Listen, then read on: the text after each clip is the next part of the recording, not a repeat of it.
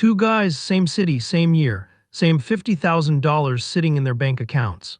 One of them buys a rental property, a real house with a real mortgage and a real tenant who pays real rent every single month. On paper, this guy is generating cash flow. He is building equity. He is doing what every weekend barbecue landlord in America says you are supposed to do with money. The other guy does nothing. He opens a brokerage account, types in a ticker, clicks buy, and goes back to watching football. 20 years later, both of them are wealthy. But here is the part nobody talks about at the barbecue. One of them worked a part-time job he never signed up for. One of them got phone calls at 2 in the morning. One of them took on 5 times the risk, did 5 times the work, and walked away with roughly the same number. And the terrifying question is this: which one was you going to be? Stay right here, because by the end of this video you are going to see a number-by-number breakdown that most real estate gurus will never show you, because if they did, you might not buy their course. I'm going to show you the hidden footnotes, the math that gets left off the napkin, and the one single factor that makes real estate worth it for some people and a trap for everyone else. If this kind of no-nonsense money breakdown is what you are here for, hit that subscribe button right now. David breaks down one big financial myth every single week on this channel, and you do not want to miss what is coming. Now let me introduce you to our two guys properly. The first guy is Marcus. Marcus is 32. He works in logistics, makes decent money, and has been telling himself for 3 years that he's going to start investing. He finally does it. He takes $50,000, puts it down on a $200,000 rental property in a mid-size American city, locks in a 30-year mortgage at 7%, and finds a tenant within 3 weeks. His mortgage payment is around $1,100 a month. His tenant pays him $1,600 a month in rent. On paper, Marcus is pocketing $500 every single month. He tells everyone at Thanksgiving. The second guy is Jordan. Jordan is also 32. He also has $50,000. Jordan is not a risk taker. He does not want to deal with tenants, toilets, or termites. He opens a Vanguard account, puts all $50,000 into VTI, which is the total market index fund, sets up a recurring monthly contribution of $500. The exact same $500 Marcus thinks he is pocketing, and he literally never looks at it again except once a year. Two paths, same starting line, let the clock run. But before we get to the scoreboard, I need to show you something Marcus did not know on the day he bought that house. Something that changes everything. Marcus looked at his numbers and saw this. Rent coming in at $1,600, mortgage going out at $1,100, leftover cash flow $470 a month. He rounded it to $500. He felt like a genius. What Marcus did not ask himself was the most important question in real estate investing. Did you include everything? Let me show you what everything actually looks like. Property tax. In most American markets, property tax on a $200,000 home runs somewhere between $2,000 and $4,000 per year. Let's call it $3,000, which is $250 a month. Marcus did not think about that. Homeowners insurance, not renters insurance. Landlord insurance, which costs more. Figure about $150 a month minimum on a property like this. Now we are already down to $70 a month of that original $500. But we are not done, not even close. Maintenance. This is where people get surprised. The standard rule in real estate investing is the 1% rule for maintenance. 1% of the home's value every single year goes toward keeping it in working condition. On a $200,000 home, that is $2,000 a year, which is $167 a month. Busted dishwasher, clogged drain, cracked drywall, a fence that finally gives up. We are now at negative $97 a month, before we have even talked about the two biggest hidden line items in the entire real estate game. And these two are the ones the barbecue landlord never mentions. The first is capital expenditures, CapEx. This is the category of big-ticket items that are not maintenance, they are replacement. The roof does not need to be patched, it needs to be replaced. $8,000 to $15,000. The HVAC does not need a tune-up, it needs to be swapped out. $5,000 to $10,000. The water heater, the flooring, the kitchen appliances, windows, electrical panel. None of these happen every year, but all of them happen, and when they do, you write a very large check. Smart investors set aside 1% to 2% of the home's value annually for CapEx reserves. That is another $167 to $333 a month that is not profit. It is just sitting in a savings account waiting for the house to ask for it. The second is vacancy. Properties do not stay rented 100% of the time. Tenants move out. There is cleanup, repairs, advertising, and screening before the next tenant moves in. Industry standard is to budget for 8 to 10% vacancy per year, which on this property means Marcus should expect to lose about 1.5 months of rent annually. That wipes out about $200 of average monthly cash flow when you spread it across 12 months. Add it all up: property tax, insurance, maintenance, CapEx reserves, and vacancy allowance. Marcus is not positive $470 a month. He is negative somewhere between $100 and $250 a month, and he has not even counted the time he spends managing the property. The gross cash flow on paper was beautiful. The net cash flow in reality is a different story entirely. Now here is where some of you are going to say, okay David, but what about appreciation? What about the equity he is building with every mortgage payment? What about leverage? And that is a fair challenge, because here is the truth. Real estate's secret weapon is not cash flow. Real estate's secret weapon is leverage. Think about what Marcus actually did. He took $50,000 and he controlled a $200,000 asset. That is a 5-to-1 leverage ratio. The bank put up 75% of the money, and Marcus gets 100% of the appreciation. If that house appreciates at just 4% per year, which is historically conservative, then in year one alone Marcus's $200,000 asset grew by $8,000. His $50,000 investment returned $8,000 in appreciation alone. That is a 16% return on his actual cash, not on the house's value, on his cash. That is the power of leverage, and it is genuinely extraordinary. And every month that a tenant pays rent, a portion of that mortgage payment chips away at the principal, slowly at first, then faster as the years go on. Marcus is building equity he never had to directly pay for with his own savings. The tenant is, in a very real sense, buying him a house. So why does any of this get complicated? Because real estate is not an investment. Real estate is a business. And when you stop treating it like an investment and start treating it like a business with real operating expenses, real liability, and real labor, the math changes completely. Here is something else worth sitting with. The leverage that makes Marcus's upside so compelling is the exact same lever that makes his downside scary. If that property drops in value by 15%, which happened in almost every major American market between 2007 and 2011, Marcus does not just lose 15% of his money. He potentially loses his entire $50,000 down payment and then some, because the mortgage does not shrink with the property value. The bank still wants the same payment every single month regardless of what Zillow says his house is worth. This is concentration risk in its purest form. Every dollar Marcus invested is tied to one property, in one neighborhood, in one city, in one local economy. If that city loses a major employer, if the neighborhood changes, if a highway gets rerouted 2 blocks away, Marcus feels every single bit of it. Jordan, holding thousands of companies through VTI, feels none of it. His wealth is distributed so broadly that no single company, city, or sector can meaningfully damage him. Let me prove it. The 2 in the morning phone call.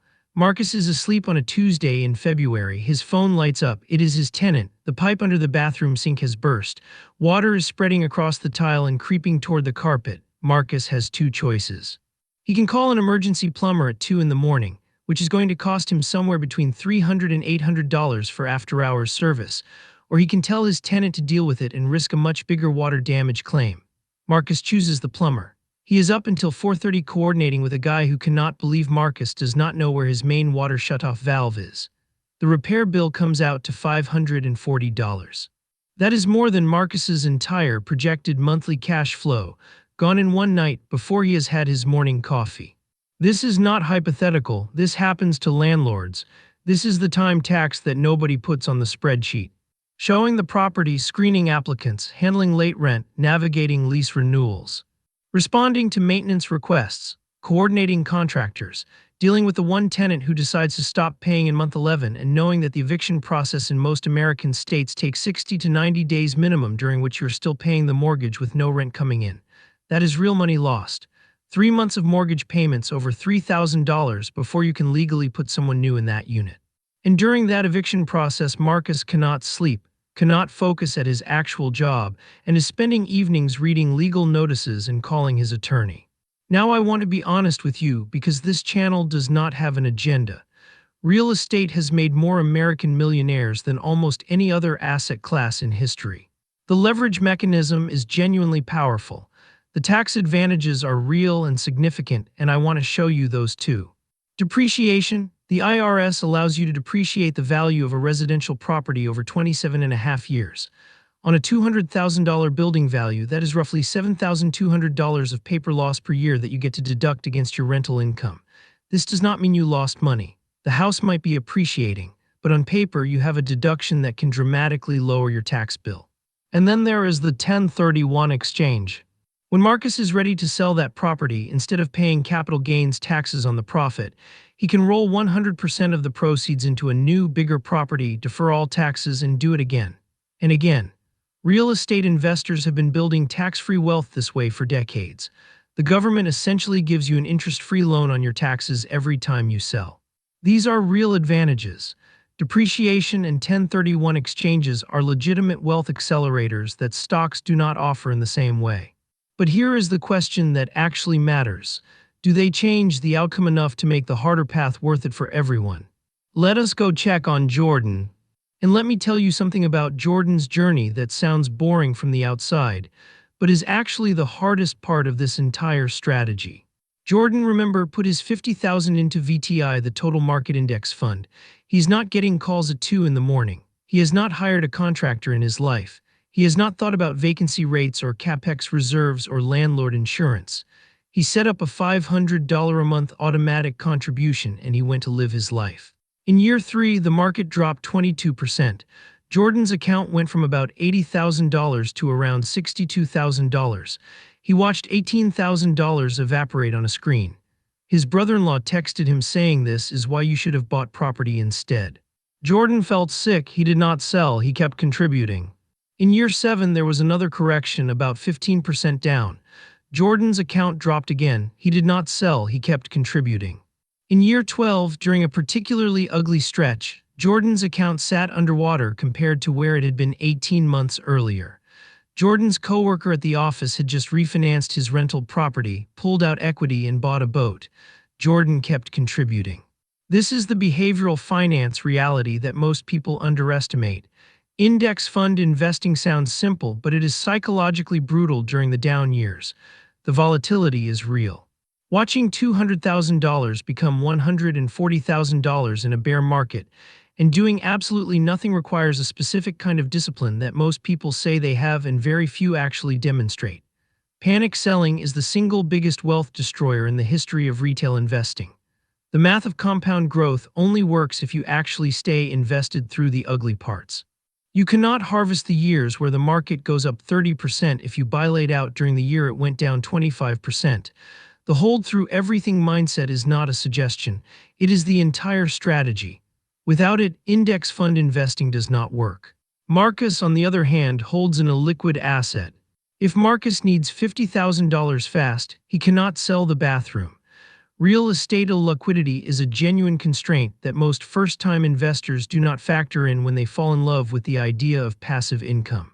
Now there is one more thing we have to talk about before the scoreboard, the scaling problem. Jordan wants to double his investment. He logs into Vanguard and increases his monthly contribution. Done, 10 minutes. Marcus wants to scale. He needs to find another property, qualify for another mortgage, put down another down payment, hire a property manager, or stretch himself even thinner. Every unit of growth for Marcus requires more capital, more debt, more liability, and more of his life. Every unit of growth for Jordan requires clicking a button. This does not mean Marcus cannot scale. Real estate investors who build large portfolios using professional management and systematized processes can create extraordinary wealth, but they are running a company, not making a passive investment. There is a meaningful difference. Now the 20-year scoreboard, and I want to be upfront that these are modeled projections, not guarantees. Markets vary, individual results will absolutely differ, but the math tells a story worth hearing. Marcus's rental property over 20 years, with the house appreciating at 4% annually, reaches roughly $440,000 in market value. His mortgage balance after 20 years of payments is down to around $85,000. His equity position is approximately $355,000. His monthly net cash flow was negative or barely positive for most of the journey once real expenses are accounted for, but the equity accumulation is real. If we add the value of his depreciation tax shield and assume he executed one 1031 exchange along the way, his total wealth position lands somewhere in the range of $380,000 to $420,000.